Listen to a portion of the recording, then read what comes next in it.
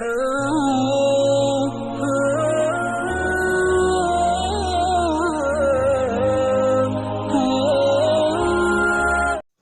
باللہ من الشیطان الرجیم بسم اللہ الرحمن الرحیم قال اللہ تبارک و تعالی واللہ خلقکم ثم يتوفاکم ومنکم من يرد الى ارذل العمر لکی لا يعلم بعد علم شیئا ان اللہ علیم قدیر۔ اللہ تبارک و تعالی فرماتے ہیں واللہ خلقکم، اللہ ہی وہ ذات ہے جس نے تمہیں پیدا کیا، ثم یتوفاکم، پھر وہی ذات تمہاری جان کو قبض کرتا ہے، ومنکم من یرد الی ارذل العمر،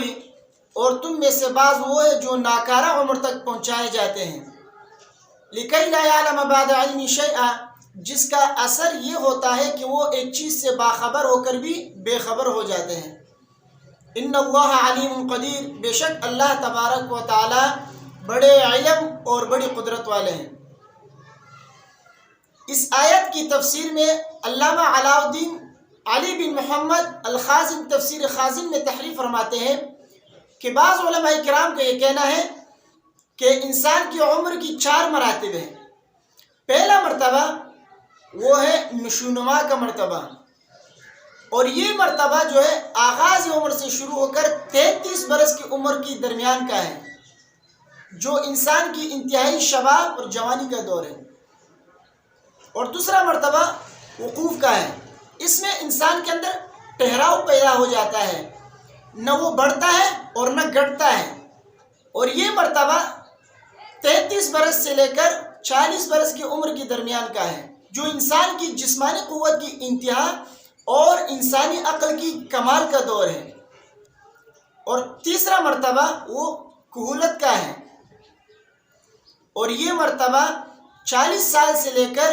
60 سال کی عمر کی درمیان کا ہے، اور اس مرتبے میں انسان گھٹنا شروع ہو جاتا ہے، اور یہ گھٹنا اتنا مخفی ہوتا ہے کہ وہ ظاہر نہیں ہوتا، انسان کو پتہ نہیں چلتا اس کا۔ اور چوتھا مرتبہ وہ شیخوخت اور انحطاط کا ہے، اس عمر میں انسان کا گھٹنا شروع ہو جاتا ہے، اور یہ گھٹنا اتنا واضح ہوتا ہے کہ وہ بالکل آنکھوں سے نظر آتا ہے۔ اور یہ انحطاط اور یہ گھٹنا جو ہے 60 سال سے لے کر زندگی کے اخیر تک کا ہے، اس میں انسان انتہائی بوڑھا ہو کر سٹیا جاتا ہے۔